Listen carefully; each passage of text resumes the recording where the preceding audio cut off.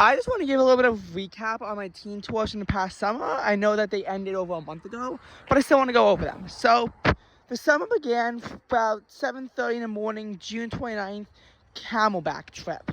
Camelback was cold, and I wound up getting, freezing in the park. But it was okay because I was able to dry off. But still, I would argue that 77 degrees is not water park weather, no matter how bright and sunny it is, especially with this kind of low humidity that was plaguing the area. I mean, it got into the 50s the night before, and then I would still get back to the 50s before heading up into the 80s. We get to Camelback about 11 o'clock. We have some fun outside, have dinner, then go to the arcade, then go to bed, then wake up the next morning, do more water slides, whatnot, leave at 2. We get back at 5:45 p.m. on the 30th due to egregious traffic. Not on the CBX as one might expect, but actually on the Clearview. That's right, it somehow took 40 minutes to clear the Clearview, which is kind of funny the way I said it, no pun intended. Then, the travel intensifies. We leave at 8:30 in the morning, so I think... we get to 7. We leave at 8:30 in the morning instead of the usual 8 that we normally leave. That we left at 8 every day, except for the West Coast, which we're going to talk about in much greater detail. Might even be a different video. But a 10:30 a.m. disaster strikes as our bus breaks down. The other bus was permitted to continue at noon, and had a lunch stop at the Clara Bar and Rest Stop in Pennsville, which is in southern New Jersey, close to Delaware. But we were stuck there until 3 o'clock in Dayton, New Jersey. It wasn't until 3 o'clock that we could move, and all of our activities today had to be canceled, and we still didn't make it back to the hotel in Williamsburg until 9:40.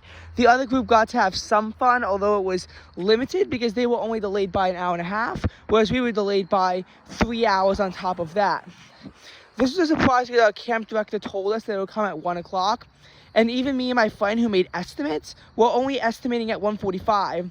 But the bus came at 2:30, and it took a long time to load the bus after that due to camp inefficiency and whatnot. The next day we went to Busch Gardens for the whole day. It was fun, but it was also had a heat index of 106 degrees, which would be one of several very bad heat indexes at an amusement park. But this was the absolute worst solely because we would spend the longest duration here. We would spend 12 hours here simply because of how close Busch Gardens actually is. The next day we went to the beach. We had a heat index of 102, but clouds made it feel like somewhere in the upper 90s. So me and a couple of people were still wearing sweatshirts at the beach, which, believe me, you'd think is dumb, but the heat index was not really what the air temperature was signifying. I think that's the best way that I could put it. And then we come back and, I get goosebumps on the bus. But thankfully we make it back at 5:30. The worst trip of the summer was over, finally.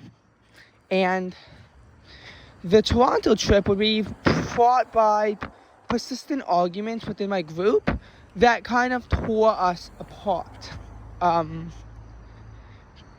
Pretty much I got into at least 2 arguments with all of my friends at some point between, again, 7:30 a.m. on July 11th and about 6 p.m. on July 15th.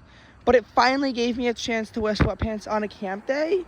I had to do so at Canada's Wonderland due to the cloudiness and that stuff, and also on the 15th on a bus day because I was not making that mistake, especially when I'm on the bus the whole day and there's no reason not to. Canada's Wonderland I spent about 11 hours at, and it was actually cold that day. Very different feeling. The 12th we go to downtown Toronto, 11th we have to drive up. We make it to Niagara Falls at 5, take a 6 o'clock boat tour, have dinner at 6:30, and then at 8 o'clock we cross the border, make it across the border at 8:45. Crossing the border on the way back, start at 10:15, and at 11:40. And now we spend 6 hours at Darien Lake from 1 to 7. Darien Lake got hotter than expected, but still capped off at a cool 80 degrees, making it the most pleasant weather of any amusement park that our camp went to. The next trip, due to all the organizers on the next trip, I took a temporary break and went with another one of my kind of friends. We went to Kalahari, Now, disaster struck at 10:45 because for 55 minutes, we were stuck on I-80 in New Jersey due to an oil spill, but it was finally cleaned up. This was due to flash flooding affecting the New York metro area that had persisted throughout the whole day. We got to Kalahari at 7, left at 2 in the afternoon, made Chicago by 6, had Deep Dish Pizza, went to Skydeck, went to a crappy hotel in Willowbrook, spent the day going around downtown Chicago, leaving at 6, getting back to Ohio at 11.